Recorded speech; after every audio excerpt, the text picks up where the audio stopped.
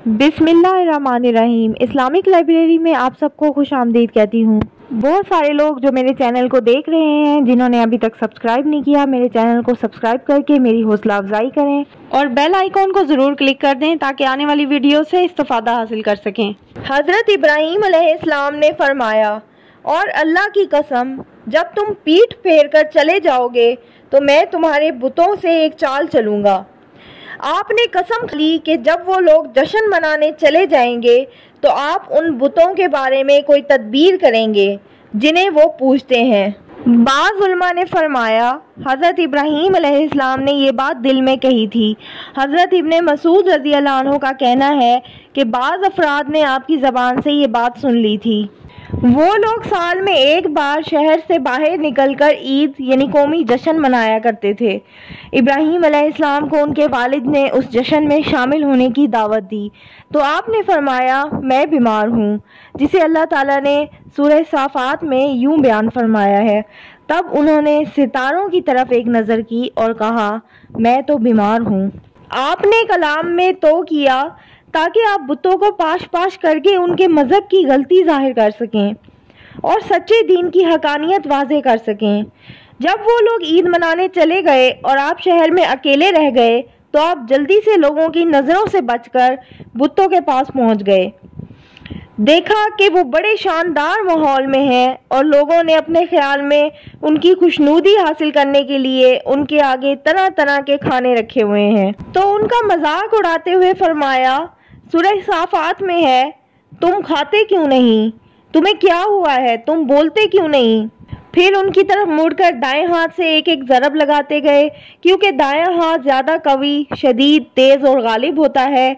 आपके हाथ में एक बसोला, लोहे का भारी हथियार था जिससे काटते और तराशते हैं। वही मार मार कर उन्हें तोड़ फोड़ दिया, जैसे अल्लाह ताला ने फरमाया, यानी उन्हें तोड़ कर टुकड़े टुकड़े कर दिया। सिवाय बड़े बुत के सबको तोड़ दिया, शायद वो उसकी तरफ रुजू करें।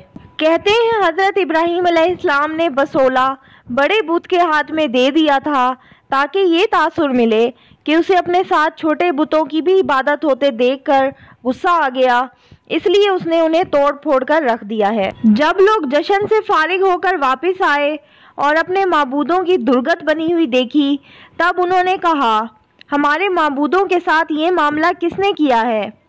अगर उन लोगों को अकल होती तो उनके माबूदों के साथ जो कुछ हो गया था उससे उन्हें हक की दलील समझ में आ जाती।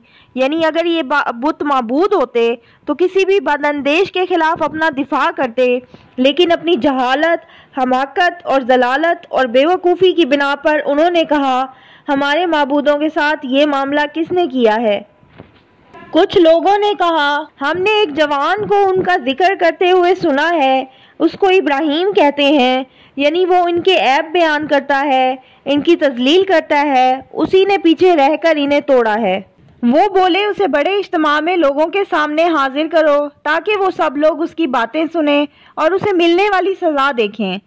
हज़रत इब्राहीम अलैहिस्सलाम का बुतों को तोड़ने से असल मकसूद ये था कि सब लोग जमा हो जाएं ताकि तमाम बुत परस्तों के सामने उनका अकीदा गलत होने की दलील पेश की जाए।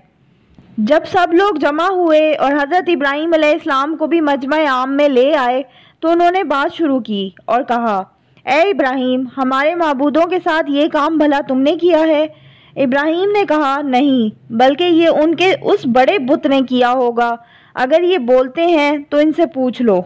असल में हज़रत इब्राहीम अलैहिस्सलाम लोगों की तवज्जो इस बात पर करवाना चाहते थे कि उनके माबूद तो बोलने से भी कासिर हैं, इसलिए उन्हें तस्लीम करना चाहिए कि ये महज आम पत्थरों जैसे पत्थर ही हैं और कुछ नहीं। उन्होंने अपने दिल में गौर किया तो आपस में कहने लगे, बेशक तुम ही बेइंसाफ हो।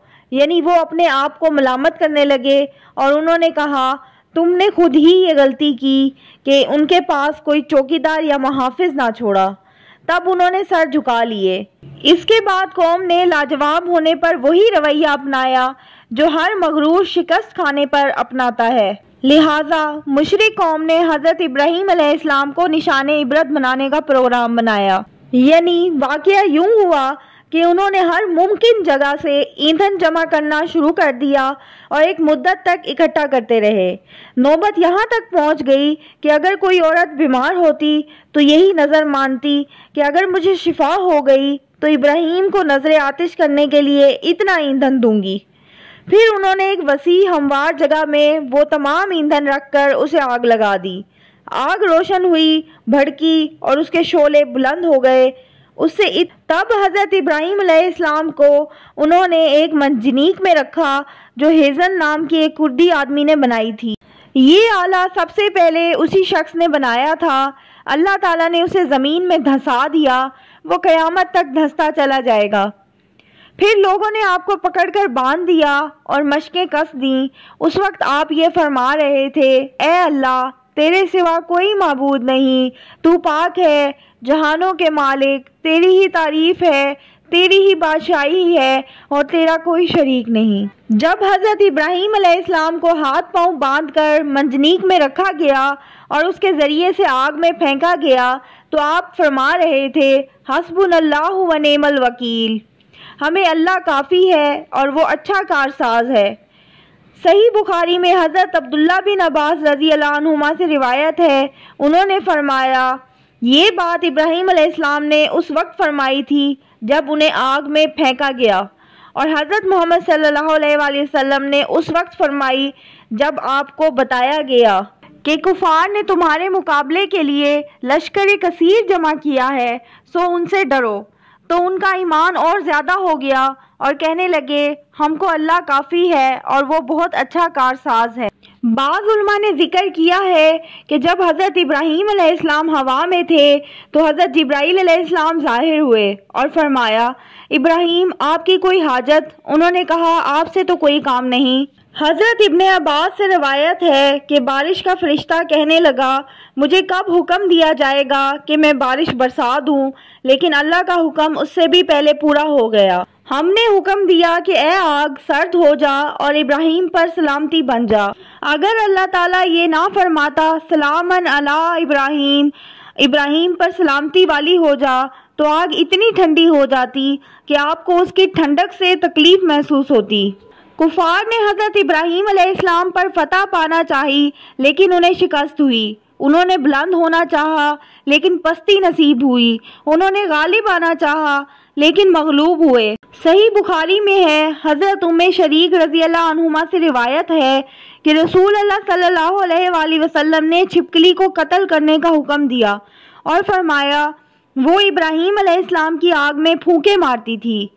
ام المومنین حضرت عائشہ رضی اللہ عنہا سے روایت ہے کہ رسول اللہ صلی اللہ علیہ وآلہ وسلم نے فرمایا، چھپکلی کو قتل کر دیا کرو، وہ ابراہیم علیہ السلام کی آگ میں پھونکے مارتی تھی، چنانچہ حضرت عائشہ انہیں مار دیا کرتی تھی۔